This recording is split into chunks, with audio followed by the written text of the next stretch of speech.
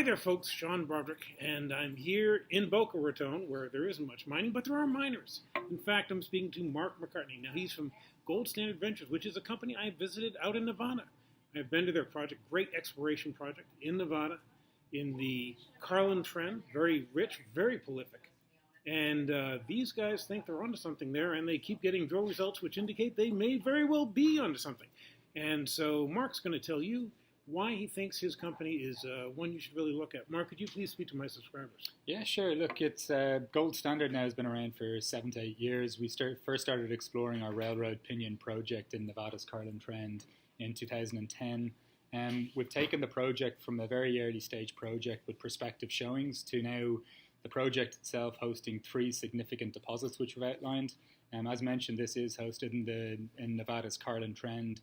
The Carlin Trend itself being the most prolific gold mining belt in the Western Hemisphere. So what makes our company very unique and what we attribute a considerable amount of our success to is the fact that not only do we hold a very considerable land package on the biggest gold mining belt in the Western Hemisphere, we've also made significant discoveries, and during one of the worst mining cycles, we've managed to raise significant capital to explore and exploit the project further.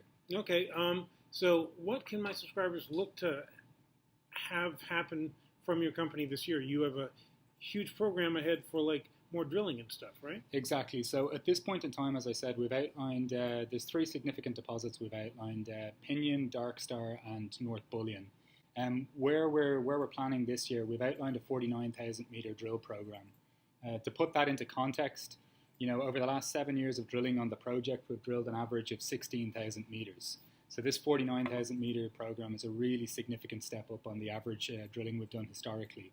So what they can expect is, even before drilling starts in maybe late April, early May, you're going to see updated resource estimates at Pinion and Dark Star, and then you're going to see our first ever resource estimate at North Bullion as well. So 3 new resource estimates on the project, and then in Q3, after the drilling has already started, you're going to see our first ever preliminary economic assessment. Our PEA should be out in Q3 of this year. Mm-hmm.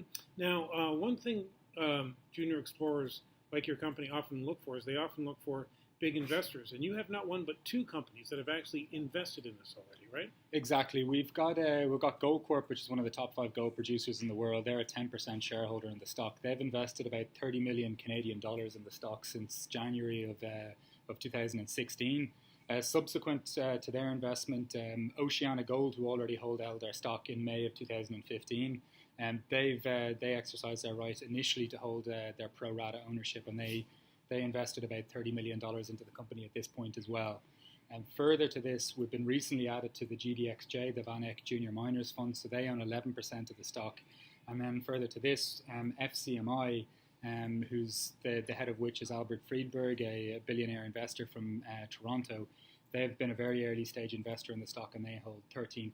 So our top 4 shareholders own a considerable amount of this stock, and they're all very stellar shareholders in their own fields. Well, I'm actually glad that you brought that up, because I was looking at your board, and it's a really strong board. You have some big names in mining there, right? Yeah, we do indeed. Look, John, our CEO, is obviously on the board as well. He's done a stellar job at raising significant What's his last name? John Odd, Jonathan Odd. Right, exactly. And then as well as this, we've got Bill Threlkeld, who's one of the the chief geologist at Seabridge's KSM project. And then we also have the 2 McLeods, Bruce and Rob. Bruce, as mentioned before, he's a president and CEO of Sabina Gold and Silver. He's had a prolific history in the gold mining space and been involved in a number of M&A companies that have ended up with a takeout. And then further to this, we also have Jamie Strauss as well, who's former head of BMO Capital Markets mining function in London as well. And further to this, we've got some stellar advisors.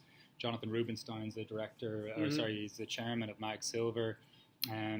We've also got Ivan Bebic, who's an advisor who's been involved with Caden Resources, which was sold to Agnico. His last company did very well for my subscribers back in the day. Well, he's been involved in the company since 2015, and he's done very well with attracting another rung of investors to the story as well. These are the Vancouver heavy hitters that don't waste their time with projects they don't think have promise. They obviously think this project has promise. Certainly, it has some nice grades coming through. It's on a great land package. thing about the Carlin Trend, it is like a giant walked along with an ice cream scoop and put down big deposits of gold at like regular intervals, and you guys are at one of those regular intervals. Yeah. And so certainly this has potential, one we have to keep our eye on, and we'll look at it further on down the road. Thanks very much for speaking to my subscribers. Is there anything you'd like to add?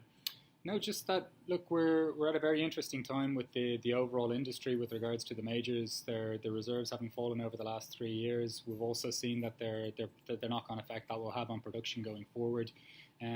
What we have, by staying so active in the downturn over the last 4 or 5 years, what we've managed to do is to really advance a potential tier 1 asset in an environment where very little exploration work is being done. Mm-hmm.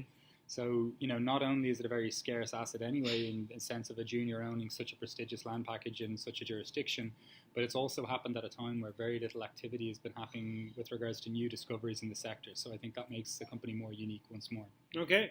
Symbol is GSV on the NYSE market, Gold Standard Ventures. Mark, thanks very much for speaking to my folks.